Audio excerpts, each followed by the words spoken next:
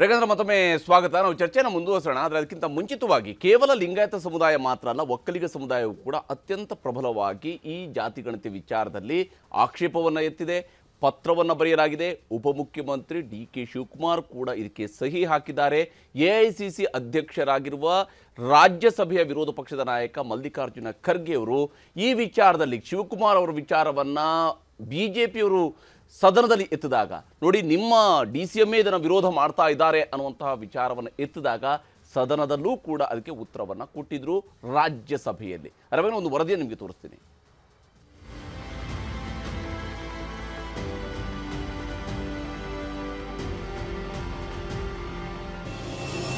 ಒಂದು ಕಡೆ ಲಿಂಗಾಯತರು, ಇನ್ನೊಂದು ಕಡೆ ಒಕ್ಕಲಿಗರು. ಸಿದ್ದರಾಮಯ್ಯ ಮೇಲೆ ಒತ್ತಡವೋ ಒತ್ತಡ. ಜಾತಿವಾರು ಜನಗಣತಿ ವರದಿ ಸ್ವೀಕಾರಕ್ಕೆ ಮುಂದಾಗಿರುವ ರಾಜ್ಯ ಸರ್ಕಾರದ ನಿರ್ಧಾರಕ್ಕೆ ದಿನದಿನವೂ ವಿರೋಧಗಳು ವ್ಯಕ್ತವಾಗುತ್ತಲೇ ಇವೆ. ಇವತ್ತು ವೀರಶೈವ ಲಿಂಗಾಯತ ಸಮುದಾಯ ಮನವಿ ಕೊಟ್ಟಿದೆ. ಆದರೆ ನವೆಂಬರ್ 2ರಂದೇ ಸಭೆ ಮಾಡಿದ್ದ ಒಕ್ಕಲಿಗ ಸಮುದಾಯದ ಸ್ವಾಮೀಜಿಗಳು ಹಾಗೂ ಒಕ್ಕಲಿಗ ಸಂಘಟನೆಗಳು ವಿರೋಧ ವ್ಯಕ್ತಪಡಿಸಿವೆ. ನಿರ್ಮಲಾನಂದನಾಥ ಸ್ವಾಮೀಜಿ ನೇತೃತ್ವದ ಸಭೆಯಲ್ಲಿ ಸರ್ಕಾರದ ಉಪಮುಖ್ಯಮಂತ್ರಿ ಡಿ.ಕೆ. ಶಿವಕುಮಾರ್ ಸೇರಿದಂತೆ ಸರ್ವಪಕ್ಷ ಒಕ್ಕಲಿಗ ನಾಯಕರು ಇದ್ರು. ಈ ಬಗ್ಗೆ ಪ್ರಶ್ನೆ ಮಾಡಿದರೆ ನಾನು ಸಮುದಾಯದ ನಾಯಕನಾಗಿ ಪಾಲ್ಗೊಂಡಿದ್ದೆ ಅಂದ್ರು ಡಿ.ಕೆ. ಶಿವಕುಮಾರ್. ಜನಸಂಖ್ಯೆ ಆಧಾರದ ಮೇಲೆ ಕೆಲವು ಸಂದರ್ಭದಲ್ಲಿ ತೀರ್ಮಾನ ಆಗಬೇಕು ಅನ್ನೋ ದೃಷ್ಟಿಯಿಂದ ಎಲ್ಲಾ ಸಮುದಾಯಗಳು, ಈಗ ST ಅವರು ಓಡಾಡಿದ್ರು, ಪಂಚಮಶಾಲಿಯವರು ಓಡಾಡಿದ್ರು, ವೀರಶೈವರು ಓಡಾಡಿದ್ರು, ಒಕ್ಕಲಿಗರು ಓಡಾಡ್ತಾ ಇದ್ದಾರೆ, ಬೇರೆ SC ಲೆಫ್ಟ್ ಅವರು ಓಡಾಡ್ತಾ ಇದ್ದಾರೆ. ಅವರವ್ರ ಜಾತಿ ಅವರವ್ರ ಸಮುದಾಯನ ಉಳಿಸ್ಕೊಳ್ಳೋಕ್ಕೆ ನಾಯಕರುಗಳು ಪಾರ್ಟಿ ಪಕ್ಷ ಭೇದ ಧರ್ಮ ಎಲ್ಲ ಬಿಟ್ಟು ಅವ್ರು ಹೋರಾಟ ಮಾಡ್ತಾರೆ. ಹಂಗೆ ಒಕ್ಕಲಿಗರು ಮಾಡ್ತಾ ಇದ್ದಾರೆ. ತಪ್ಪೇನಿದೆ? ನೀವು ಸೈನ್ ಹಾಕಿರೋ ಒಂದು ಪತ್ರ CM ಮಾಡಬಾರ್ದಾ? ಎಷ್ಟೋ ಮಿನಿಸ್ಟರ್ಗಳು ಮೀಟಿಂಗ್ಗಳಿಗೆ ಹೋಗ್ಲಿಲ್ವಾ? ನಾನೇ ಮೀಟಿಂಗ್ ಹೋಗಿದ್ದೆ. ನಾವೆಲ್ಲ ಸೇರಿ ಆಯ್ತು, ರಾಜಕಾರಣ ಏನೇ ಇರಲಿ ನಮ್ಮ ಸಮಾಜದ ಗೌರವ ಸ್ವಾಭಿಮಾನ ಉಳಿಸ್ಕೊಳ್ಬೇಕು ಅನ್ನೋದು ಎಲ್ಲರಿಗೂ ಇದ್ದೇ ಇರುತ್ತೆ. ಈ ಮಧ್ಯೆ ಸರ್ಕಾರದ ಜಾತಿಗಣತಿ ವಿಚಾರವನ್ನ ಮತ್ತೋರ್ವ ಒಕ್ಕಲಿಗ ನಾಯಕ ಹಾಗೂ ಮಾಜಿ CM HD ಕುಮಾರಸ್ವಾಮಿ ಕೂಡ ಟೀಕೆ ಮಾಡಿದ್ದರು. ಕಾಂತರಾಜು ಅವರ ವರದಿಯನ್ನು ಸಿದ್ಧತೆ ಮಾಡಬೇಕಾದ್ರೆ ಸಂಪೂರ್ಣವಾದ ಜನಗಣತಿಯನ್ನು ಮಾಡಿಲ್ಲ, ಸಂಪೂರ್ಣವಾಗಿ ಮನೆಗಳಿಗೆ ಭೇಟಿ ಕೊಟ್ಟಿಲ್ಲ, ಶಾಲಾ ಮಕ್ಕಳಿಂದ ಗೊತ್ತಿಲ್ಲದೆ ಇರತಕ್ಕಂಥ ಮಕ್ಕಳಿಂದ ರುಜು ಹಾಕ್ಸ್ಕೊಂಡು ಅವ್ರಿಗೆ ಬೇಕಾದಂಥ ರೀತಿಯಲ್ಲಿ ಸಿದ್ಧತೆ ಮಾಡಿರ್ತಕ್ಕಂಥದ್ದು ಇವತ್ತು ಜಗಜ್ಜಾಹೀರಾಗಿದೆ. ಈಗ ಹರಿಬಿರಿನಲ್ಲಿ ಅವರ ರಾಷ್ಟ್ರೀಯ ನಾಯಕರು, ಹೆಮ್ಮೆಯ ನಾಯಕರ ಆಸೆ ನೆರವೇರಿಸಲಿಕ್ಕೆ ನಾನು ಅದನ್ನು ತಗೊಳ್ಳಿಕ್ಕೆ ತಯಾರಾಗಿದ್ದೇನೆ ಅಂತಕ್ಕಂಥದ್ದೇನು ಹೇಳಿದ್ದಾರೆ ಮುಖ್ಯಮಂತ್ರಿಗಳು. ಈಗ ಜಯಪ್ರಕಾಶ್ ಹೆಗಡೆ ಅವರ ಒಂದು ನೇತೃತ್ವದಲ್ಲಿ ಒಂದು ಶೈಕ್ಷಣಿಕ ಮತ್ತು ಆರ್ಥಿಕ ಸಮೀಕ್ಷೆ ಇದೆಯಲ್ಲ, ಇವ್ರು ಮಾಡ್ತಿರ್ತಕ್ಕಂಥ ವರದಿ ಯಾವುದು? ಕಾಂಗ್ರೆಸ್ ಗಣತಿ ವಿರೋಧಿ ಪತ್ರಕ್ಕೆ DKಶಿ ಸಹಿ. ರಾಜ್ಯಸಭೆ ಕಲಾಪದಲ್ಲೂ ಗಣತಿಯದ್ದೇ ಚರ್ಚೆ. ಜಾತಿ ಗಣತಿ ವಿಚಾರವಾಗಿ ರಾಜ್ಯಸಭೆ ಕಲಾಪದಲ್ಲೂ ಪ್ರಸ್ತಾಪವಾಗಿತ್ತು. ಡಿ.ಕೆ. ಶಿವಕುಮಾರ್ ನಿಲುವಿಗೆ ಮಲ್ಲಿಕಾರ್ಜುನ್ ಖರ್ಗೆ ಬೇಸರ ವ್ಯಕ್ತಪಡಿಸಿದ್ದರು. ಜಾತಿ ಜನಗಣತಿ ವಿಚಾರದಲ್ಲಿ ಎಲ್ಲ ಮೇಲ್ವರ್ಗದವರು ಒಂದಾಗಿದ್ದಾರೆ ಎಂದು ಬೇಸರ ಹೊರಹಾಕಿದ್ದರು. जोशी साहब ने जो बोला कि हमारे डिप्टी चीफ मिनिस्टर ही क्या सेंसस को अपोज कर रहे हैं, वो भी कर रहे हैं और इन्हों भी कर रहे हैं। अपर कास्ट के आप लोग हैं ना, तब सब लोग मिल जाते हैं अंदर से और दूसरों को ये बोलते हैं आप भी है वो भी है. ಮಲ್ಲಿಕಾರ್ಜುನ್ ಖರ್ಗೆ ರಾಜ್ಯಸಭೆಯಲ್ಲಿ ಹೀಗೆ ಹೇಳುವಾಗಲೇ ಡಿ.ಕೆ. ಶಿವಕುಮಾರ್ ಮಾತನಾಡಿದ್ರು. ನಮ್ಮ ಮನೆಗಳಿಗೆ ಬಂದು ಸರ್ವೆ ಮಾಡಿಲ್ಲ ಅಂತ ಹೇಳಿದ್ದಾರೆ. ಅದಕ್ಕೋಸ್ಕರ ಸ್ವಲ್ಪ ಅದನ್ನೆಲ್ಲ ನಾವು ವ್ಯಾಪಕವಾಗಿ ಬೇರೆಯವರಿಗೆ ಯಾರಿಗೆ ಅನ್ಯಾಯ ಆಗಿದೆ ಅದಕ್ಕೆಲ್ಲ ಅವಕಾಶ ಕೊಡಬೇಕು ಅನ್ನೋದು ಒಂದು ನನ್ನ ಪ್ರಸ್ತಾವನೆ. ನಾನಿರ್ಬೋದು, ನಮ್ಮ ಶಾಸಕರಿರ್ಬೋದು, ಅನೇಕ ನಮ್ಮ ಸ್ನೇಹಿತರು ಮಂತ್ರಿಗಳು ನಾವೆಲ್ಲ ಇದನ್ನ ಪ್ರಸ್ತಾವನೆಯನ್ನ ನಾವು ಸರ್ಕಾರದ ನಮ್ಮ ಮುಖ್ಯಮಂತ್ರಿಗಳಿಗೆ ಗಮನಕ್ಕೆ ತಿಳಿಸಿದ್ದೇವೆ. Bureau report, news 18. ಹೀಗೆ ಇಲ್ಲಿ ಎರಡು ಪ್ರಬಲ ಸಮುದಾಯಗಳು ಈ ಜಾತಿಗಣತಿಯ ವರದಿಯ ವಿಚಾರದಲ್ಲಿ ತಮ್ಮ ಆಕ್ಷೇಪಗಳನ್ನು ಎತ್ತಿರುವಂಥದ್ದು. ಇದು ಸರಿಯಾಗಿ ನಡೆದಿಲ್ಲ, ಸಮಂಜಸವಾಗಿ ನಡೆದಿಲ್ಲ ಅನ್ನುವಂಥದ್ದು. ಇಲ್ಲಿ ಪ್ರಸನ್ನ ಅವರೇ, ತಮ್ಮ ಪ್ರಕಾರ ಯಾವ ಕಾರಣಕ್ಕಾಗಿ ಈಗ ವೀರಶೈವ ಮಹಾಸಭಾ ಇಷ್ಟು ವಿರೋಧವನ್ನು ಮಾಡ್ತಾ ಇದೆ, ಅವೈಜ್ಞಾನಿಕವಾಗಿದೆ, ಮನೆಯಲ್ಲಿ ಕುಳಿತುಕೊಂಡು ಬರ್ತಿದ್ದಾರೆ ಅನ್ನುವಂಥದ್ದನ್ನೆಲ್ಲ ಕೂಡ ವೀರಶೈವ ಮಹಾಸಭಾದ ರಾಷ್ಟ್ರೀಯ ಅಧ್ಯಕ್ಷರು ಕೂಡ ಹೇಳಿದ್ದಾರೆ. ಈಗ ಸರ್ಕಾರ ಹಾಗಾದರೆ ಈ ವರದಿಯನ್ನು ಸಂಪೂರ್ಣವಾಗಿ ಕೈ ಬಿಡಬೇಕಾ ಅಥವಾ ಹೊಸದಾಗಿ ಮಾಡಿಸ್ಬೇಕಾ? ಏನು ಒತ್ತಾಯ ಮಾಡ್ತಾ ಇರುವಂಥದ್ದು? ನಮಸ್ಕಾರ ಹರಿಪ್ರಸಾದ್ ಅವರೇ. ಏನು ಚರ್ಚೆ ನಡೀತಾ ಇದೆ, ಈಗ ಏನು ವಿಷಯ ಪ್ರಸ್ತಾಪ ಆಗ್ತಾ ಇದೆ, ಏನು ಪ್ರಬಲ ಸಮುದಾಯಗಳಾದ ವೀರಶೈವ ಲಿಂಗಾಯತ ಮತ್ತು ಒಕ್ಕಲಿಗರು ಜಾತಿ ಗಣತಿಯನ್ನ ವಿರೋಧ ಮಾಡ್ತಾ ಇದ್ದಾರೆ ಅಂತೇನೆ ಬರ್ತಾ ಇದೆ, ಇದು ಸರಿಯಾದದ್ದಲ್ಲ. ನಾವು ಎರಡು ಸಮುದಾಯಗಳು ವಿರೋಧ ಮಾಡ್ತಾ ಇರ್ತಕ್ಕಂಥದ್ದು ಕಾಂತರಾಜ್ ಆಯೋಗದ ಸರ್ವೆ ಮಾಡ್ತಕ್ಕಂಥ ಸಂದರ್ಭದಲ್ಲಿ ನಡ್ಕೊಂಡಂತ ರೀತಿ ಅದರಿಂದ ಸಮುದಾಯಗಳಲ್ಲಿ ಆಗಿರ್ತಕ್ಕಂಥ ಗೊಂದಲ ಮತ್ತು ತಾಂತ್ರಿಕ ಕಾರಣಗಳಿಗಾಗಿ ಆಯಾ ಪ್ರಸನ್ನ ಅವರೇ ನಿಮ್ಮ ಧ್ವನಿ ಕೇಳ್ತಾ ಇಲ್ಲ. ಪ್ರಸನ್ನ ಅವರೇ ಮಾತಾಡಿ. ಗಣತಿಯನ್ನಾಗ್ಲಿ ಸಮೀಕ್ಷೆಗಳನ್ನಾಗ್ಲಿ ಎರಡೂ ತಾಯಿಗಳು ವಿರೋಧ ಮಾಡ್ತಾ ಇಲ್ಲ. ದಯವಿಟ್ಟು ಇದು ಅಂದ್ರೆ ಈಗ ವರದಿನೇ ಸಲ್ಲಿಕೆ ಆಗೋದಕ್ಕಿಂತ ಮುಂಚಿತವಾಗಿ ಇದರಲ್ಲಿ ಗೊಂದಲ ಇದೆ ಅನ್ನುವಂಥದ್ದನ್ನ ಹೆಂಗೆ ನೀವು ಒಪ್ಕೊಳ್ತೀರಿ? ಅಧಿಕೃತವಾದಂತಹ ವರದಿ ಸಲ್ಲಿಕೆ ಆಗಿಲ್ಲ ಈಗಲೇ. ಹೌದು, ಈಗ ನಿಮ್ಮ ಮಾಧ್ಯಮಗಳಲ್ಲಿ ಬಂದಿರತಕ್ಕಂತ ವರದಿಗಳು ಯಾವ ಆಧಾರದ ಮೇಲೆ ನೀವು ಮಾಧ್ಯಮಗಳು ವರದಿಗಳನ್ನ ಬಿತ್ತರಿಸಿದ್ದೀರಿ? ಈ ವರದಿಗಳಲ್ಲದೆ ನಮಗೆ ನಮ್ಮದೇ ಆದ ಮೂಲಗಳಲ್ಲಿ ದೊರೆತಿರ್ತಕ್ಕಂಥ ಮಾಹಿತಿಗಳನ್ನ ನಾವು ಕ್ರೋಢೀಕರಿಸಿ ಆಮೇಲೆ ನಮಗೆ ಈ ಗಣತಿ ಪ್ರಾರಂಭ ಹಂತದಲ್ಲೇ ನಾನು ಮೊದಲನೇದಾಗಿ ಸ್ಪಷ್ಟಪಡಿಸ್ಲಿಕ್ಕೆ ಇಚ್ಛೆ ಪಡ್ತೀನಿ. ನಮ್ಮ ಅಧ್ಯಕ್ಷರಾದ ಡಾಕ್ಟರ್ ಶಾಮನೂರ್ ಶಿವಶಂಕರಪ್ಪನವರು ಸರ್ಕಾರದ ಭಾಗವಾಗಿದ್ರು ಕೂಡ ಆಗ ಸರ್ಕಾರ ಅಲ್ಲ, ಆಯೋಗ ನಡ್ಕೊಂಡಂತ ರೀತಿಯನ್ನ ವಿರೋಧಿಸಿ ಸರ್ಕಾರಕ್ಕೆ ಹಲವಾರು ಮನವಿಗಳನ್ನ ನಾವು ಕೊಟ್ಟಿದ್ವಿ. ಅಧ್ಯಕ್ಷರು ಅದಕ್ಕೆ ಸರ್ಕಾರದ ಗಮನ ಸೆಳೆತಕ್ಕಂತ ಪ್ರಯತ್ನವನ್ನ ಮಾಡಿದ್ರು. ಆದ್ರೆ ಆಯೋಗ ಇದನ್ನ ತಿದ್ಕೊಳ್ತಕ್ಕಂತ ಯಾವುದೇ ಪ್ರಯತ್ನವನ್ನು ಸಹ ಆ ಹಂತದಲ್ಲಿ ಮಾಡ್ಲಿಲ್ಲ. ಉದಾಹರಣೆಗೆ ಹೇಳ್ಬೇಕನ್ನೋದಾದ್ರೆ ನಮ್ಮ ಸಮುದಾಯದಲ್ಲಿ ಇರ್ತಕ್ಕಂತ ಉಪಪಂಗಡಗಳನ್ನ ಅವರು 73 ಗುರುತಿಸಿದ್ರು. ಕೆಲವು ಬಿಟ್ಟೋಗಿತ್ತು, 26 ಉಪಪಂಗಡಗಳು ಬಿಟ್ಟೋಗಿತ್ತು. ನಾವು ಅವ್ನು ಸೇರಿಸ್ಬೇಕಂತೇಳಿ ಮನವಿಯನ್ನ ಸಹ ಕೊಟ್ವಿ. ಆದ್ರೆ ಅವ್ರು ಏನ್ ಮಾಡಿದ್ರು ಅಂದ್ರೆ 6 ಪಂಗಡಗಳನ್ನು ಸೇರಿಸಿ 20 ಅವ್ರು ಸೇರಿಸ್ಲಿಲ್ಲ. ಅದಕ್ಕೆ ಕಾರಣ ಕೇಳಿದ್ವಿ, ಇಲ್ಲ ಅವರು ಬರಲಿಕ್ಕೆ ಅವಕಾಶ ಇದೆ ಅಂದ್ರು. ಆಗಿದ್ರೆ ಎಲ್ಲವನ್ನೂ ಬರಲಿಕ್ಕೆ ಅವಕಾಶ ಇತ್ತು, ಯಾಕ ಆ 20 ಬಿಟ್ರಿ ಅನ್ನೋದು ಒಂದು. ಆಮೇಲೆ ಏನಾಯ್ತು, ಆ ಎನ್ಯುಮರೇಷನ್ ಬುಕ್ ಅಲ್ಲಿ ಒಂದು ಕೋಡ್ಗಳನ್ನು ಕೊಟ್ಟಿದ್ದಾರೆ ಉಪಜಾತಿಗಳಿಗೆ, ಗಮನಿಸಬಹುದು. ಅದರಲ್ಲಿ ವೀರಶೈವ ಸಮುದಾಯಗಳಿಗೆ 79 ಪಂಗಡಗಳನ್ನ ಅವ್ರು ಗುರುತಿಸಿದ್ದಾರೆ. ಇನ್ನು 20 ಬಿಟ್ಟಿದ್ರು, ಹೋಗ್ಲಿ ಅವ್ರು ಬರ್ಸ್ಕೊಳ್ಳಿಕ್ಕೆ ಅವಕಾಶ ಇತ್ತು ಅಂದ್ಕೊಳ್ಳೋಣ.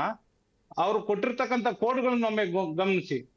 ವೀರಶೈವ ಒಂದು ಕೋಡ್ ಕೊಟ್ಟಿದ್ದಾರೆ, ಲಿಂಗಾಯತಕ್ಕೆ ಒಂದು ಕೋಡ್ ಕೊಟ್ಟಿದ್ದಾರೆ, ಲಿಂಗಾಯತ ವೀರಶೈವಕ್ಕೆ ಒಂದು ಕೋಡ್ ಕೊಟ್ಟಿದ್ದಾರೆ, ವೀರಶೈವ ಲಿಂಗಾಯತಕ್ಕೆ ಒಂದು ಕೋಡ್ ಕೊಟ್ಟಿದ್ದಾರೆ, ಲಿಂಗವಂತ ಅಂತ ಹೇಳಿ ಮತ್ತೊಂದು ಕೋಡ್ ಕೊಟ್ಟಿದ್ದಾರೆ. ಅಲ್ಲ, ಇದು ತುಂಬಾ ಒಳ್ಳೆ ವಿಚಾರವನ್ನ ಎತ್ತಿದ್ರಿ ಪ್ರಸನ್ನ ಅವರೇ. ಅವತ್ತು ಎಲ್ಲೆಲ್ಲಿ ನಿಂತಿದ್ದವರು ಇವತ್ತು ಒಂದಾಗಿ ಮಾತಾಡ್ತಾ ಇದ್ದಾರೆ ಅನ್ನೋದು ಕೂಡ ಪ್ರಶ್ನೆ ಬರುತ್ತೆ. ಯಾಕಂದ್ರೆ ನೋಡಿ, ಅವತ್ತು ವಿನಯ್ ಕುಲಕರ್ಣಿ ಅವರು ಯಾವ ನಿಲುವು ಹೊಂದಿದ್ರು, ಇವತ್ತು ವಿನಯ್ ಕುಲಕರ್ಣಿ ಯಾವ ನಿಲುವು ಹೊಂದಿದ್ದಾರೆ? ಅವತ್ತು ಎಂ ಬಿ ಪಾಟೀಲ್ ಯಾವ ನಿಲುವು ಹೊಂದಿದ್ರು, ಇವತ್ತು ಪಾಟೀಲ್ ಯಾವ ನಿಲುವು ಹೊಂದಿದ್ದಾರೆ? ಈ ವಿಚಾರಗಳು ಹಂಗಾದ್ರೆ ಅಂದ್ರೆ ಅವಾಗ 2011ರ ಜಾತಿ ಗಣತಿಯ ವಿಚಾರದಲ್ಲಿ ಕೇಂದ್ರ ಸರ್ಕಾರಕ್ಕೆ ಸಲ್ಲಿಸಿದಂತ ಪ್ರಸ್ತಾವನೆ ಪ್ರಕಾರ VL ಅನ್ನುವಂತ ಸಪರೇಟ್ ಕೋಡ್ ಕೊಡಬೇಕು ಅನ್ನೋದು ಒಂದು ಡಿಮ್ಯಾಂಡ್ ಇತ್ತು. ಇಲ್ಲೇ ಹರಿಪ್ರಸಾದ್ ಅವರೇ, ಅವತ್ತೂನು ಎಂ ಬಿ ಪಾಟೀಲ್ ರಾಗ್ಲಿ ವಿನಯ್ ಕುಲಕರ್ಣಿ ಅವರಾಗ್ಲಿ ಇದ್ರ ವಿರುದ್ಧ ಇರ್ಲಿ, ಇದು ಏನ್ ಮಾಡ್ತಾ ಇದೆ ಅದ್ರ ವಿರುದ್ಧವಾಗೇ ಇದ್ರು. ಗಣತಿ ಸರಿ ಇಲ್ಲ ಅಂತ ಸಂದರ್ಭದಲ್ಲಿ ಅವರು ಸಹ ನಮ್ ಜೊತೆಗಿದ್ರು. ಆದ್ರೆ ನೀವ್ ಹೇಳ್ತಿರೋದು ವಿಷಯ ಬೇರೆ. ಅದು ವೀರಶೈವ ಲಿಂಗಾಯತ ಪ್ರತ್ಯೇಕ ಧರ್ಮಕ್ಕಾಗಿ ನಡೆದಂತದ್ದನ್ನ ನೀವು ಇಲ್ಲಿ ಹೇಳ್ತಾ ಇದ್ದೀರಿ. ಆದ್ರೆ ಸರ್ಕಾರದ ಭಾಗವಾಗಿದ್ರು ಕೂಡ ಕಾಂತರಾಜ್ ಆಯೋಗದ ವಿಷಯ ಬಂದಾಗ ಅವರು ಎಲ್ಲರೂ ಹರೀಶ್ ಅವರೇ, ಎಷ್ಟು ಮಟ್ಟಿಗೆ ಈಗ ಹಂಗಾದ್ರೆ ಇದನ್ನೀಗ ಮತ್ತೆ ವಾಪಸ್ ಮಾಡ್ಬೇಕು ಅಂತ ಹೇಳಿದ್ರೆ 164 ಕೋಟಿ ರೂಪಾಯಿಯನ್ನ ಹಂಗೇನೆ ಇದು ಹೊಳೆಯಲ್ಲಿ ಹುಣಸೆ ಹಣ್ಣು ತೊಳೆದಾಗ ಹಂಗೇನೆ ಬಿಟ್ಬಿಡ್ಬೇಕು ಅಂತಲ್ಲ? ಹರಿಪ್ರಸಾದ್ ಅವರೇ, ಹರೀಶ್ ಅವರೇ ಹೇಳಿ. ನೋಡಿ, ವೀರಶೈವ ಒಳಪಂಗಡ ಸುಮಾರು 100 ಒಳಪಂಗಡಗಳಿವೆ. ಇವತ್ತು ವೀರಶೈವರಿಗೆ ಯಾವುದೇ ಒಂದು ಹಿಂದುಳಿದಾಗ್ಲಿ, SC ಆಗ್ಲಿ, ST ಆಗ್ಲಿ ಈ ಯಾವ ಸವಲತ್ತು ಇಲ್ಲದೆ ಇರೋದ್ರಿಂದ ವೀರಶೈವರಿಗೆ ಜಾತಿ ಗಣತಿಯ ಬಗ್ಗೆ ಅಷ್ಟೊಂದು ಮಾಹಿತಿ ಇರಲಿಲ್ಲ, ಯಾವ ವೀರಶೈವರಿಗೂ ಇರಲಿಲ್ಲ. ಇವತ್ತು ನಾವು ವೀರಶೈವರಲ್ಲಿ ಸಾಧು ವೀರಶೈವರು, ಇವತ್ತು ನಮ್ಮ ಹಳ್ಳಿಗಳಿಗೆ ಹೋದ್ರೆ ಯಾರು ಅಂದ್ರೆ ಸಾಧುರು ಅಂತಾರೆ, ಸಾಧುರು ಅಂತ ಬರ್ಕೊಳ್ತಾರೆ. ಗಾಣಿಗರು ಇರ್ತಾರೆ, ಅವ್ರಿಗೆ ಹೋದ್ರೆ ನೀವ್ ಯಾವ ಜಾತಿ ಅಂದ್ರೆ ಗಾಣಿಗರು ಅಂತಾರೆ. ಆದ್ರೆ ಗಾಣಿಗ ಲಿಂಗಾಯತರು ಅದರ ಒಂದು ಬೆನಿಫಿಟ್ ಪಡೆದಿದ್ರೆ ವೀರಶೈವರು ಅವರು ಅವಾಗ ಕರೆಕ್ಟ್ ಆಗಿ ಬಳಸ್ತಾ ಇದ್ರು. ಹಾಗಾಗಿ ಇದು ಸಂಪೂರ್ಣ ತಪ್ಪಾಗಿರ್ತಕ್ಕಂಥದ್ದು, ಎಲ್ಲ ಮನೆಗಳಿಗೆ ಹೋಗದೆ ಇರ್ತಕ್ಕಂಥದ್ದು. ಸರ್ಕಾರ ಒಂದು ತೀರ್ಮಾನ ಮಾಡಬೇಕಾಗಿತ್ತು. ಏನು ವೀರಶೈವ ಒಳಪಂಗಡಗಳಿದೆ ಅದು ಯಾವುದೇ ಬಂದ್ರು ಕೂಡ ಇದು ವೀರಶೈವರು ಅಂತಕ್ಕಂಥದ್ದನ್ನ ತೀರ್ಮಾನ ಸರ್ಕಾರ ತಗೋಬೇಕಾಗಿತ್ತು. ಹಾಗಾಗಿ ಇವತ್ತು ಗಾಣಿಗ ಲಿಂಗಾಯತರಿದ್ದಾರೆ, ಗಾಣಿಗರು ಅಂತ ಬರ್ಸಿದ್ರೆ ಅವರು OBC ಅಲ್ಲಿ ಅವ್ರು ಬರ್ತಾರೆ. ಹಾಗಾಗಿ ಸಾಧರು ಅಂದ್ರೆ OBC ಅಲ್ಲಿ ಬರ್ತಾರೆ. ನೀವು ಆ ಒಂದು ಎಲ್ಲ ಸವಲತ್ತುಗಳನ್ನ ಕೊಡುವಂತ ವಿಚಾರದಲ್ಲಿ ತಹಶೀಲ್ದಾರ್ ಮೂಲಕ ಆ ಸರ್ಟಿಫಿಕೇಟ್ ಅನ್ನ ಕೊಡ್ಲಿಕ್ಕೆ ಬರಲ್ಲ ಅಂತಕ್ಕಂಥದ್ದನ್ನು ಕೂಡ ಸರ್ಕಾರ ಹೇಳಿಸ್ತದೆ.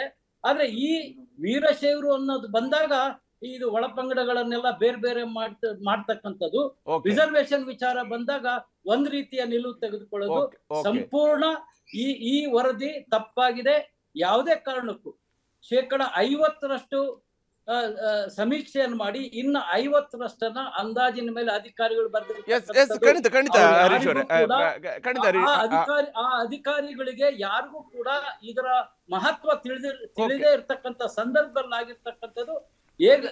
ಎಷ್ಟೇ ಆದ್ರೂ 24ರಲ್ಲಿ ಜನಗಣತಿ ಆಗ್ಬೇಕಾದಂತ ಒಂದು ಪರಿಸ್ಥಿತಿ ಬಂದಂತ ಸಂದರ್ಭದಲ್ಲಿ ಆ ಜನಗಣತಿಯ ಜೊತೆಗೆ ಜಾತಿ ಗಣತಿಯನ್ನು ಕೂಡ ಮಾಡಬಹುದಲ್ಲ. ಹರೀಶ್ ಅವರ, ಜನಗಣತಿ ಮತ್ತು ಜಾತಿ ಗಣತಿಯ ವಿಚಾರಗಳಿಗೆ ಬಂದಾಗ ಜನಗಣತಿಯನ್ನು ಮಾಡುವಂತದ್ದು ಕೇಂದ್ರ ಸರ್ಕಾರ ಮಾಡ್ತಾ ಇರುತ್ತೆ, ಇವುಗಳನ್ನ ಮಾಡ್ತಾ ಇರುವಂತದ್ದು ಈ ಸಮೀಕ್ಷೆಯನ್ನು ಮಾಡ್ತಿರುವಂತ ರಾಜ್ಯ ಸರ್ಕಾರ ಅಲ್ವಾ ಅನ್ನುವಂಥದ್ದು ಪ್ರಶ್ನೆ ಕೂಡ ಇರುತ್ತೆ. ಹರೀಶ್ ಅವರು ಜೊತೆ ಮಾತಾಡ್ತೀನಿ. ರಮೇಶ್ ಬಾಬು ಅವರೇ, ಎಷ್ಟು ಮಟ್ಟಿಗೆ ಈಗ ಹರೀಶ್ ಅವರು ಒಂದು ಮಾತನ್ನು ಹೇಳಿದ್ರು, 50%ನಷ್ಟು ಮಾತ್ರನೇ ಕರೆಕ್ಟ್ ಆದಂತ ಸರ್ವೆ ನಡೆದಿದೆ, ಇನ್ನೊಂದು 50%ನಷ್ಟು ಜನರ ಮನೆಗಳಿಗೆ ಹೋಗಲೇ ಇಲ್ಲ ಅಥವಾ ಡಾಟಾ ಸರಿಯಾಗಿ ಸಂಗ್ರಹಿಸಲಿಲ್ಲ, ವೀರಶೈವರ ಉಪಪಂಗಡಗಳನ್ನು ಹಿಂಗೆಲ್ಲ ವಿಭಜನೆ ಮಾಡ್ಕೊಂಡು ಹೋಗಿದ್ದಾರೆ ಅಂತ ಹೇಳಿ. ಈಗ ಹರೀಶ್ ಅವರಾಗಲಿ ಪ್ರಸನ್ನ ಅವರಾಗಲಿ ಮಾತಾಡ್ಬೇಕಾದ್ರೆ ಅರ್ಧ ಸತ್ಯ ಹೇಳಿ ಅರ್ಧ ಸತ್ಯ ಬಿಡ್ತಾ ಇದ್ದಾರೆ.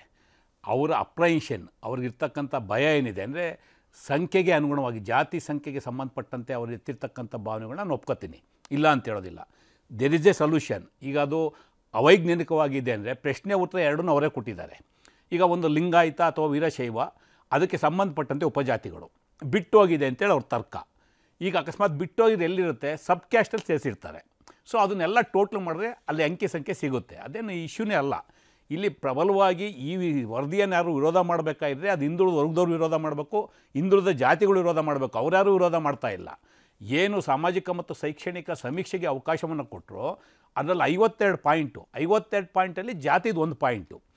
ಇವತ್ತು ಶಾಮನೂರು ಶಿವಶಂಕರಪ್ಪನವ್ರು ಇರ್ಬೋದು, ಡಿ ಕೆ ಶಿವಕುಮಾರ್ ಇರ್ಬೋದು, ಅವ್ರ ಸಮುದಾಯದ ಭಾವನೆಗಳಿಗೆ ಅನುಗುಣವಾಗಿ ಮಾತಾಡಿರ್ತಕ್ಕಂಥದ್ದು ತಪ್ಪು ಅಂತ ಅಲ್ಲ. ನಿಮ್ಮ ಅಭಿಪ್ರಾಯ ಕೊಡೋದಕ್ಕೆ ಮತ್ತೊಂದು ನೀವು ಅವಕಾಶಗಳಿದೆ. ಬಟ್ ಇಲ್ಲಿ ಶಿವಕುಮಾರ್ ಅವರು, ನಮ್ಮ ಪತ್ರಿಕಾ ವರದಿಗಾರರು ಒಂದು ಮಾತನ್ನು ಹೇಳಿದ್ರು. ರಾಮಕೃಷ್ಣ ಹೆಗ್ಡೆ ಅವರ ಸರ್ಕಾರದಲ್ಲಿ ಚಿನ್ನಪ್ಪರೆಡ್ಡಿ ಕಮಿಷನ್ ಒಂದು ರಿಪೋರ್ಟ್ ಕೊಡ್ತು. ಅದರಲ್ಲಿ ಬ್ರಾಹ್ಮಣರು, ಲಿಂಗಾಯತರು, ಒಕ್ಕಲಿಗರು, ದೇವಾಂಗದವರು, ಬಲ್ಜಿಗರು, ಇನ್ನು ಹಲವಾರು ಜಾತಿಗಳನ್ನ ಮುಂದುವರೆದ ಜಾತಿ ಅಂತ ಆಚೆ ಇಟ್ಟರು. ರಿಪೋರ್ಟ್ ಸರ್ಕಾರಕ್ಕೆ ಕೊಟ್ಟರು. ಕೊಟ್ಟ ನಂತರ ಸಾಕಷ್ಟು ವಿರೋಧ ಬಂದಾಗ ಆ ರಿಪೋರ್ಟ್ ಹೋಲ್ಡ್ ಮಾಡಿ ಚಿನ್ನಪ್ಪರೆಡ್ಡಿ ಕಮಿಷನ್ ಮಾಡೋರು. ಇವತ್ತು ಸಹ ಕಾಂತರಾಜು ವರದಿ ಸರ್ಕಾರಕ್ಕೆ ಬರಬೇಕು, ಅದನ್ನು ಪಬ್ಲಿಕ್ ಡೊಮೇನ್ಗೆ ಇಡಬೇಕು. ಅದರಲ್ಲಿ ನಿಮ್ದು ಏನೇನು ನಿಮ್ಮ ಇವತ್ತು ಅಪ್ರಹೆನ್ಷನ್ ನೀವು ಹೇಳಿದ್ದೀರಾ, ನಮಗಿಂತ ಅನುಮಾನಗಳಿದೆ, ವರದಿ ಬಗ್ಗೆ ಅಂತ ತಕರಾರಿದೆ ಅಂತೇಳಿ, ಆಮೇಲೆ ಸರ್ಕಾರ ಅಕ್ಸೆಪ್ಟ್ ಮಾಡ್ಬೇಕೋ ಬಿಡ್ಬೇಕು, ಆಮೇಲೆ ತೀರ್ಮಾನ. ಆದ್ರೆ ಶಿವಕುಮಾರ್ ಅವರು, ಈಗ ರಮೇಶ್ ಬಾಬು ಅವರು ಹೇಳಿದ್ರು, ಈಗ ಇರಿ ನಾಗರಾಜ್ ಅವರು ಮಾತಾಡ್ತಾರೆ. ರಮೇಶ್ ಬಾಬು ಅವರು ಹೇಳಿದ್ರು, ಇಲ್ಲ ಯಾರು ಡಿ ಕೆ ಶಿವಕುಮಾರ್ ಅವರು, ಶಾಮನೂರ್ ಅವರು ಅವರವರ ಜಾತಿಯ ಪರವಾಗಿ ಇಂಥ ಧ್ವನಿಯನ್ನು ಎತ್ತುವಂಥದ್ದು ಸಹಜ, ಅದು ಒಬ್ಬ ನಾಯಕರುಗಳಾಗಿ ಮಾಡಬೇಕಾಗತ್ತೆ. ಪ್ರಶ್ನೆ ಇರುವಂಥದ್ದು ಇದುವೇ, ಈ ನಾಯಕರುಗಳೇ ಇಲ್ಲಿ ಗೊಂದಲವನ್ನು ಸೃಷ್ಟಿಸುವಂಥದ್ದು ಅಲ್ವಾ?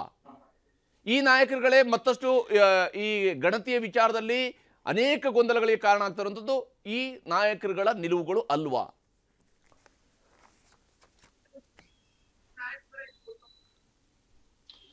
ನೋಡಿ, ಸರ್ಕಾರದಲ್ಲಿ ಇಟ್ಕೊಂಡು ಒಂದು ಆಡಳಿತ ಪಕ್ಷದಲ್ಲಿ ಇಟ್ಕೊಂಡು ಈ ತರದ ಒಂದು ಅಪ್ರೆನ್ಷನ್ ಪಬ್ಲಿಕ್ ಡೊಮೈನ್ ಅಲ್ಲಿ ಹೇಳಿದಾಗ ಸಹಜವಾಗಿ ಸಮಾಜದಲ್ಲಿ ಏನೋ ಒಂದು ದೊಡ್ಡ ತಪ್ಪಾಗಿದೆ ಅನ್ನೋ ಅಭಿಪ್ರಾಯ ಸಾಮಾನ್ಯ ಜನರಿಗೂ ಬರುತ್ತೆ, ಸಮಾಜದವ್ರಿಗೂ ಬರುತ್ತೆ. ಅವರು ಎಕ್ಸ್ಪ್ರೆಸ್ ಮಾಡಿದ್ದಾರೆ. ಈಗ ಎಕ್ಸ್ಪ್ರೆಸ್ ಮಾಡಿರೋದಕ್ಕೆ ಅದಕ್ಕೆ ಖರ್ಗೆ ಅವರು ಏನು ರಿಯಾಕ್ಟ್ ಮಾಡಿದ್ದಾರೆ ಅದ್ರ ಬಗ್ಗೆ ನಾನೇನು ಬಹಳ ವಿಶ್ಲೇಷಣೆ ಮಾಡಕ್ ಹೋಗೋದಿಲ್ಲ. ಆದ್ರೆ ಹರಿಪ್ರಸಾದ್ ಅವರೇ, ಇವ್ರಿಗೆಲ್ಲರಿಗೂ ಒಂದು ಸೊಲ್ಯೂಷನ್ ಇದೆ. ಏನಂತಂದ್ರೆ, ಅಂಡರ್ ಎಕ್ಸ್ಟ್ರಾರ್ಡಿನರಿ ಸರ್ಕಮ್ಸ್ಟೆನ್ಸಸ್ ನಾವು ಬೇರೆ ಜಾತಿಗಳನ್ನ ಇನ್ಕ್ಲೂಡ್ ಮಾಡ್ಬೋದು ಅಂತ ಅಂದ್ಬಿಟ್ಟು ಎಲ್ಲಾ ಕಮಿಷನ್ ರಿಪೋರ್ಟ್ ಅಲ್ಲೂ ಇದೆ. ಇವಾಗ ಎಕ್ಸಾಂಪಲ್, ಈಗ ಬಿಹಾರಲ್ಲಿ ಮಾಡಿದ್ರು ನಿತೀಶ್ ಕುಮಾರ್ ಅವರು 56% ಮಾಡ್ಬಿಟ್ರು ರಿಸರ್ವೇಶನ್ ನ. ಅವರು ಡಿಫೆಂಡ್ ಮಾಡ್ಕೊಂತ ಇರೋದು ಅದೇ ಕ್ಲಾಸ್ ಅಲ್ಲಿ. ಎಕ್ಸ್ಟ್ರಾರ್ಡಿನರಿ ಸರ್ಕಮ್ಸ್ಟೆನ್ಸಸ್ ಅಲ್ಲಿ ವೀರಶೈವರಲ್ಲಿ ಯಾರು ಬಿಟ್ಟೋಗಿದ್ದಾರೆ, ಒಕ್ಕಲಿಗರಲ್ಲಿ ಯಾರು ಬಿಟ್ಟೋಗಿದ್ದಾರೆ, ಬೇರೆ ಬೇರೆ ಸಮುದಾಯದಲ್ಲಿ ಯಾರು ಬಿಟ್ಟೋಗಿದ್ದಾರೆ, ಇವ್ರನ್ನೆಲ್ಲ ಸೇರಿಸುವಂತ ಅವಕಾಶ ಇದೆ. ಅದಕ್ಕೆ ಇವತ್ತು ಏನಾಗ್ಬೇಕಿದೆ, ಪ್ರೆಗ್ನೆನ್ಸಿ ಆಗಿದ ತಕ್ಷಣ ಟರ್ಮಿನೇಟ್ ಮಾಡಬೇಡಿ ಅಂತ ನಾನು ಹೇಳ್ತಾ ಇರೋದು. ಅದು ಫೀಟಸ್ ಏನಾದ್ರೂ ಆರೋಗ್ಯಕರವಾಗಿಲ್ಲ ಅಂತಂದ್ರೆ, ಏನೋ ಒಂದು ಊನ ಇದೆ ಅಂತ ಏನೋ ಗೊತ್ತಾದಾಗ ನೀವು ಮೆಡಿಕಲ್ ಡಾಕ್ಟರ್ ಅಡ್ವೈಸ್ ಕೇಳ್ಕೊಂಡ್ಬಿಟ್ಟು ನೀವು ಟರ್ಮಿನೇಟ್ ಮಾಡಿಸ್ಕೊಳ್ಳಿ, ನಮ್ದೇನು ಬೇಡ ಅಂತ ಹೇಳ್ತಾ ಇರಲ್ಲ. ನೀವು ಪ್ರೆಗ್ನೆನ್ಸಿ ಆಗಿರೋಗಿ ಟರ್ಮಿನೇಟ್ ಮಾಡಕ್ ಬರಬೇಡಿ. ಇದನ್ನ ನೀವು ರಿಪೋರ್ಟ್ ತಗೊಳ್ಳಿ, ಪಬ್ಲಿಕ್ ಡೊಮೈನ್ ಇಡಿ, ಚರ್ಚೆ ಆಗ್ಲಿ. ಯಾವ್ಯಾವ ಪ್ರೆಗ್ನೆನ್ಸಿನೇ ಇಲ್ಲದ ನಿಮ್ಗೆ ಪ್ರೆಗ್ನೆನ್ಸಿ ಅಂತ ನಾವ್ ಹೇಳೋದಾದ್ರೆ ಇದು ಸರಿಯಾದಲ್ಲ. ಆಮೇಲೆ ಇವ್ರು ಹೇಳ್ತಾ ಇದ್ರು, ನಮ್ಮ ರಮೇಶ್ ಕುಮಾರ್ ಹೇಳಿದ್ರು, ರಮೇಶ್ ಬಾಬು ಅವರು, 100% ಆಗದೆ ಅಂತ 5 ಕೋಟಿ ಮಾತ್ರ 5 ಕೋಟಿ 20 ಲಕ್ಷ ಜನ ಮಾತ್ರ ಸರ್ವೆ ಆಗಿರೋದು 6.5 ಕೋಟಿ ಜನಸಂಖ್ಯೆನಲ್ಲಿ. ಓಕೆ, ಇನ್ನ ಒಂದು ಕೋಟಿ 30 ಲಕ್ಷ ಜನ ಎಲ್ಲೋದ್ರು ಇವ್ರು ಮಾಡಿರ್ತಕ್ಕಂಥ ಬೈಲ ಪ್ರಕಾರ. ಅದನ್ನ ರಿಪೋರ್ಟ್ ತಗೊಳ್ಳಿ. ಆ ರಿಪೋರ್ಟ್ ತಗೊಂಡು ನೀವು ಸರ್ವೆ ಮಾಡಿಸ್ತಲೇ ನೀವೆಲ್ಲ ಕುಂತ್ಕೊಂಡು DC ಆಫೀಸಲ್ಲೋ ಮತ್ತೆ ಎಲ್ಲೋ ಒಂದು ಇದರಲ್ಲಿ ಒಂದು ಶಾಲಾ ಮಕ್ಕಳ ಕೈನಲ್ಲಿ ಬರ್ಸ್ಬಿಟ್ರೆ ನಮ್ಮ ಇವ್ರು ಹುಡುಗರ ಕೈನಲ್ಲಿ ಇದು ಸರ್ವೆನಾ? ಕಾಂತರಾಜ ಕಮಿಟಿನಲ್ಲಿ ಇರ್ತಕ್ಕಂಥವ್ರು ಕಾಂತರಾಜ್ ಅವರು ಒಂದೇ ಜಾತಿನವರು. ಅವರು ಹಾಕಿರ್ತಕ್ಕಂಥವ್ರು ಬಹುಜನ ಈಗ ಅಲ್ಲಿ ಸದಸ್ಯರು ಇರಬೇಕಾಗಿತ್ತು, ಒಕ್ಕಲಿಗರು ಇರಬೇಕಾಯ್ತು, ಲಿಂಗಾಯತರು ಇರಬೇಕಾಯ್ತು. ಸರ್ ಒಂದ್ ನಿಮಿಷ, ಹಂಗಲ್ಲ ನೀವು ಒಳ್ಳೆ ಕೆಲಸ ನೀವು ಹೇಳ್ತಿದ್ದೀರಾ ನಾವು ಮೆಂಬರ್ ಬೇಕಾಗಿತ್ತು. ಯಾಕೆ ಬೇಕಾಗಿತ್ತು ಅಂತಂದ್ರೆ ಒಂದು ಸಾರ್ವಜನಿಕ ಜೀವನದಲ್ಲಿ ಸಾರ್ವಜನಿಕ ಒಂದು ಕಮಿಟಿ ಮಾಡಬೇಕಾದಂತ ಸಂದರ್ಭದಲ್ಲಿ ಎಲ್ಲಾ ಸಮಾಜದವ್ರನ್ನು ಗುರುತಿಸಿ ನೀವು ಮಾಡ್ಬೇಕಾಗ್ತದೆ ಅಲ್ವಾ?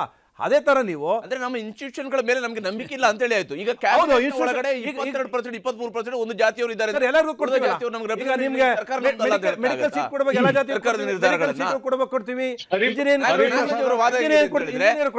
ಕ್ಯಾಬಿನೆಟ್ ಒಳಗಡೆ 33% ವರೆಗೆ ಒಂದೇ ಜಾತಿಯವರಿಗೆ ನಿಮ್ಗೆ ಎಲ್ಲ ಜಾತಿಯವರು ಕೊಟ್ಟಿದ್ದಾರೆ. ಎಲ್ಲ ಅವಕಾಶಗಳು ಇದ್ದಾಗ ಜಾತಿಗಳು ಹೌದು ಅನೇಕ ಜಾತಿಗಳು ಇದ್ದಾವೆ ನಾಗರಾಜ್ ಅವರೇ ಕೊಡಿ ರಾಜ್ಯದಲ್ಲಿ. ನಾನು ಕೊಡಬೇಡಿ ಅಂತಲ್ಲ, ನಾನು ಅದನ್ನ ಕೇಳ್ತಾ ಇಲ್ಲ. ಈಗ ರೆಪ್ರೆಸೆಂಟೇಷನ್ ಅಲ್ಲ, ಹಂತದ ಗ್ರಾಮ ಪಂಚಾಯತ್ ಹೋಗದಿರುವಂತ ಜಾತಿಗಳು. ರೆಪ್ರೆಸೆಂಟೇಷನ್ ನಾನು ಹೇಳ್ತಾ ಇರ್ತಕ್ಕಂಥದ್ದು ರೆಪ್ರೆಸೆಂಟೇಷನ್ ಏನಾಗದೆ. ನೀವು ಒಕ್ಕಲಿಗರು ಕೊಟ್ಟಿಲ್ಲ, ಮುಸಲ್ಮಾನರು ಕೊಟ್ಟಿಲ್ಲ, ಬ್ರಾಹ್ಮಣರು ಕೊಟ್ಟಿಲ್ಲ, ಲಿಂಗಾಯತರು ಕೊಟ್ಟಿಲ್ಲ. ನೀವು ರೆಪ್ರೆಸೆಂಟೇಷನ್ ಕೊಟ್ಟಾಗ ಅವತ್ತಿನ ತೀರ್ಮಾನ ಶಿವಕುಮಾರ್ ಅವರು ಈ ರೀತಿಯಾಗಿ ಜಾತಿವಾರ ರೆಪ್ರೆಸೆಂಟೇಷನ್ ಕೊಟ್ಕೊಂಡು ಈ ಕಮಿಷನ್ ಮಾಡೋದಕ್ಕೆ ಸಾಧ್ಯ ಆಗುತ್ತಾ? ಒಂದ್ ನಿಮಿಷ, ಬ್ಯಾಕ್ವರ್ಡ್ ಕ್ಲಾಸ್ ಕಮಿಷನ್ ಯಾರು ಮಾಡ್ಬೇಕು ಅಂತ ಪ್ರಾವಿಷನ್ ಇದೆ. ಹೌದು, ಈಗ SC/ST ಕಮಿಷನ್ ತಗೊಂಡು ಒಕ್ಕಲಿಗರನ್ನ ಚೇರ್ಮನ್ ಮಾಡಕ್ಕಾಗತ್ತಾ?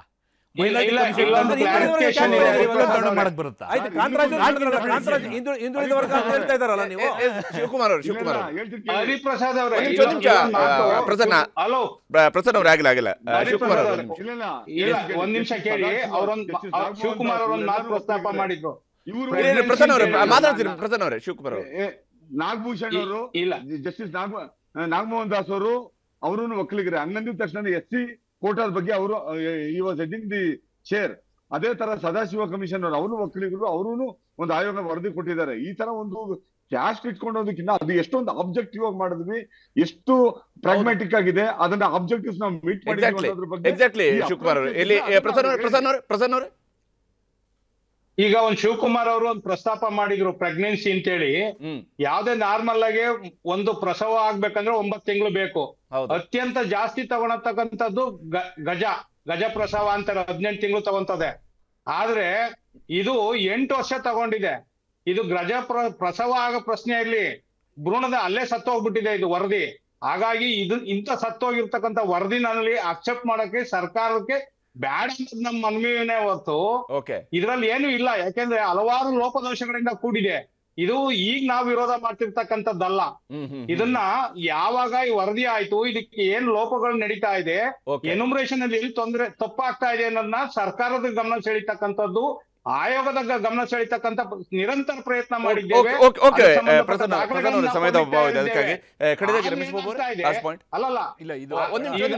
ರಮೇಶ್ ಬಾಬು ಅವರು ಹೇಳಿದ್ರು ಅರ್ಧ ಸತ್ಯ ಹೇಳಿದ್ರು ಅಂತ. ಇಲ್ಲ, ಅರ್ಧ ಸತ್ಯ ಹೇಳಿದ್ರು ಅಂತಾರೆ. ನಾವು ಯಾವ ಮುಚ್ಚಿಡ್ತಕ್ಕಂಥದ್ದಿಲ್ಲ. ಇಲ್ಲಿ ವೀರಶೈವ ಲಿಂಗಾಯತರು ಏನು ನಮ್ಮ ಮಠಮಾನ್ಯಗಳು ಈ ಎಲ್ಲಾ ಸಮಾಜಗಳನ್ನ ಒಪ್ಪಿಕೊಂಡು ಬೆಳೆದಿರ್ತಕ್ಕಂಥ ಸಮಾಜ. ಎಲ್ಲರನ್ನೂ ಇವತ್ತು ಬೆಳೆದಿರ್ತಕ್ಕಂಥ ನಮ್ಮ ಸಮಾಜ ಇವತ್ತು ಏನಾಗಿದೆ ಅಂದ್ರೆ ನಮ್ಮಲ್ಲೂ ಸಹ ಆರ್ಥಿಕವಾಗಿ ಬಹಳ ಇದೆ. ನಮಗೆ ಅನ್ಯಾಯ ಆಗ್ಬಾರ್ದು. ಇಲ್ಲ, ಇದು ಬಹಳ ಪ್ರಮುಖವಾಗಿ ಇಟ್ ಎ ಮ್ಯಾಂಡೇಟರಿ ಪ್ರಾವಿಷನ್. ಸರ್ಕಾರ ಒಪ್ಕೊಳ್ಳೇಬೇಕಾಗಿರ್ತಕ್ಕಂಥದ್ದು. ಇಂಪ್ಲಿಮೆಂಟೇಷನ್ ಬೇರೆ, 2 ಸ್ಟೇಜ್ ಇಲ್ಲಿ. ಒಂದು ರಿಪೋರ್ಟ್ ತಗೊಳ್ಳೋಂಥದ್ದು, ರಿಪೋರ್ಟ್ ಇಂಪ್ಲಿಮೆಂಟೇಷನಲ್ಲಿ ಇವತ್ತು ಏನೇನೋ ಅವರ ಭಾವನೆಗಳಿದೆ, ಇದರಲ್ಲಿ ತಪ್ಪಾಗಿದೆ, ಮತ್ತೊಂದಾಗಿದೆ, ರಾಂಗ್ ಆಗಿದೆ, ಅದೆಲ್ಲ ಸರ್ಕಾರ ಆಮೇಲೆ ಕನ್ಸಿಡರ್ ಮಾಡಬೇಕಾಗತ್ತೆ ಅಥವಾ ಅವ್ರ ತೀರ್ಮಾನ ತಗೋಬೇಕಾಗತ್ತೆ ಸರ್ಕಾರ. ಬಟ್ ಈಗ ಈ ಪ್ರಿಲಿಮಿನರಿ ಸ್ಟೇಜಿನಲ್ಲಿ ರಿಪೋರ್ಟ್ ತಗೊಳ್ಳಲ್ಲ ಅಂತ ಹೇಳಕ್ಕೆ ಬರೋದಿಲ್ಲ. ಮತ್ತು ಎಲ್ಲೋ ಒಂದು ಕಡೆ ಅವರು ಇದನ್ನು ಸರ್ಕಾರಕ್ಕೆ CMಗೆ ಕೊಡಬೇಕಂತೇನಿಲ್ಲ. ಚೀಫ್ ಸೆಕ್ರೆಟರಿಗೆ ರಿಪೋರ್ಟ್ ಸಬ್ಮಿಟ್ ಮಾಡಿ ಅಕ್ನಾಮೆಂಟ್ ತಗೋಬೇಕಾಯ್ತು. ಟೆಕ್ನಿಕಲಿ ಎಲ್ಲ ಮಿಸ್ಟೇಕ್ ಆಗಿದೆ. ಆಸ್ ಆನ್ ಟುಡೇ ಸರ್ಕಾರಕ್ಕೆ ರಿಪೋರ್ಟ್ ಕೊಡಬೇಕು. ಇಂಪ್ಲಿಮೆಂಟೇಷನ್ ಸಂದರ್ಭದಲ್ಲಿ ಯಾರ್ಯಾರು ಭಾವನೆಗಳಿದೆ ಭಾವನೆಗಳನ್ನ ಕನ್ಸಿಡರ್ ಮಾಡಿ ಸರ್ಕಾರ ತೀರ್ಮಾನ ತಗೋ. ನೀವು ಸಂಕ್ಷಿಪ್ತವಾಗಿ ಹೇಳ್ಬಿಡ್ತೀನಿ ಸರ್. ಇವಾಗ ಹೇಳ್ತಾ ಇದ್ದಾರೆ ನಮ್ಮ ಇದು ರಿಪೋರ್ಟ್ ಕೊಡ್ಬೋದು ಅಂತ. ಈಗ ಜನಸಂಖ್ಯೆಗೆ ಏನ್ ಮಾಡ್ತೀವಿ, ಮತದಾರನ ವೋಟರ್ಸ್ ಮಾಡೋಂಥ ಸಂದರ್ಭದಲ್ಲಿ ವೆಬ್ಬಲ್ಲಿ ಹಾಕ್ತಿವಲ್ಲ ಸರ್, ವೆಬ್ಸೈಟ್ ಅಲ್ಲಿ ಹಾಕ್ತಿವಲ್ಲ, ಆ ಥರ ವೆಬ್ಬಲ್ಲಿ ಆಗಲಿ ಎಲ್ಲರೂ ನೋಡ್ಕೊಳ್ಳಿ. ಕಡೆದಾಗಿ BP ಹರೀಶ್ ಅವರೇ ಸಂಕ್ಷಿಪ್ತವಾಗಿ ತಮ್ಮ ಅಭಿಪ್ರಾಯ. ನನ್ನ ಅಭಿಪ್ರಾಯ 2000 ಮುಂದಿನ ವರ್ಷ ಏನ್ ಜನಗಣತಿ ಆಗ್ತದೆ, ಓಕೆ, ಕೇಂದ್ರ ಸರ್ಕಾರ ಜನಗಣತಿ ಮಾಡ್ತದೆ, ಆ 26 ಅಥವಾ 27ಕ್ಕೆ ಮಾಡ್ತೀವಿ ಅಂತ ಹೇಳಿದ್ದಾರೆ. ಮುಂದಿನ ವರ್ಷನೇ ಆಗುತ್ತೆ ಅಂತ ಖಚಿತತೆ ಇಲ್ಲ. ಜಾತಿ ಜನಗಣತಿ ಮಾಡ್ತಕ್ಕಂಥದ್ದೇ ಸೂಕ್ತ. ಓಕೆ ಓಕೆ ಓಕೆ ಹರೀಶ್ ಅವರೇ. ಶಿವಕುಮಾರ್ ಅವರೇ, ಲಾಸ್ಟ್ ಪಾಯಿಂಟ್. ಈಗ ರಿಪೋರ್ಟ್ ಸರ್ಕಾರ ತಗೊಂಡ್ಲೇಬೇಕು, ಮುಖ್ಯಮಂತ್ರಿಗಳು ಅದನ್ನ ಕ್ಯಾಬಿನೆಟ್ ಅಲ್ಲಿ ಚರ್ಚೆ ಮಾಡಿ ಸಾರ್ವಜನಿಕರ ಡೊಮೈನ್ ಬಿಡ್ಲಿ, ಅದರಲ್ಲಿರೋ ಅದಕ್ಕೆ ಅಬ್ಜೆಕ್ಷನ್ಸ್ ಕಾಲ್ ಮಾಡ್ಲಿ, ಎಲ್ಲಾ ಸಮುದಾಯಗಳು ಅವರ ಅಬ್ಜೆಕ್ಷನ್ಸ್ ಇಲ್ಲಾಂದ್ರೆ ಪರ ವಿರೋಧದ ನಡುವೆ ಇಟ್ಟು ಒಂದು ಸರ್ಕಾರ ಒಂದು ತೀರ್ಮಾನಕ್ಕೆ ಬರಬೇಕು. ಇಲ್ಲ ಅದನ್ನ ಮತ್ತೇನಾದ್ರು ಮಾಡ್ಬೇಕಂತಂದ್ರೆ ಅವ್ರು ಹೇಳ್ತಾರಲ್ಲ 1 ಕೋಟಿ ಮಿಸ್ ಆಗಿದೆ ಅಂತ, ಮತ್ತೆ ರೀಸರ್ವೆ ಮಾಡಂಗಿದ್ರೆ ಮಾಡ್ಲಿ, ಅದನ್ನ ಸರ್ಕಾರ ವಿವೇಚನೆಗೆ ಬಿಡಬೇಕು ಹೊರತು ನಾವು ಹೊರಗಡೆ ಇದ್ದು ವಿರೋಧ ಮಾಡಬಾರ್ದು. ಓಕೆ ಓಕೆ ಓಕೆ ಧನ್ಯವಾದ ತಮಗೆಲ್ಲರೂ ಕೂಡ ಈ ಕಾರ್ಯಕ್ರಮದಲ್ಲಿ ಜಾನಿ ತಮ್ಮ ಅಭಿಪ್ರಾಯಗಳನ್ನ ಶೇರ್ ಮಾಡ್ಕೊಂಡಿದ್ದಕ್ಕೆ. ಕನ್ನಡಿಗರ ಮೆಚ್ಚಿನ ನಿಮ್ಮ ನ್ಯೂಸ್ 18 ಕನ್ನಡ ಈಗ ವಾಟ್ಸ್ಆಪ್ ನಲ್ಲಿಯೂ ಲಭ್ಯ. ಕರ್ನಾಟಕ ಮತ್ತು ದೇಶ ವಿದೇಶದ 360 ಡಿಗ್ರಿ ಸುದ್ದಿ ವಿವರವನ್ನ ನೀವು ನಿಮ್ಮ ಕೈ ಬೆರಳುಗಳಲ್ಲಿಯೇ ಪಡೆಯೋದಿಕ್ಕೆ ಈ QR ಕೋಡ್ ಅನ್ನ ಸ್ಕ್ಯಾನ್ ಮಾಡಿ. ನಮ್ಮ ಚಾನೆಲ್ ಅನ್ನ ಫಾಲೋ ಮಾಡಿ, ನೋಟಿಫಿಕೇಶನ್ ಆನ್ ಮಾಡಿ.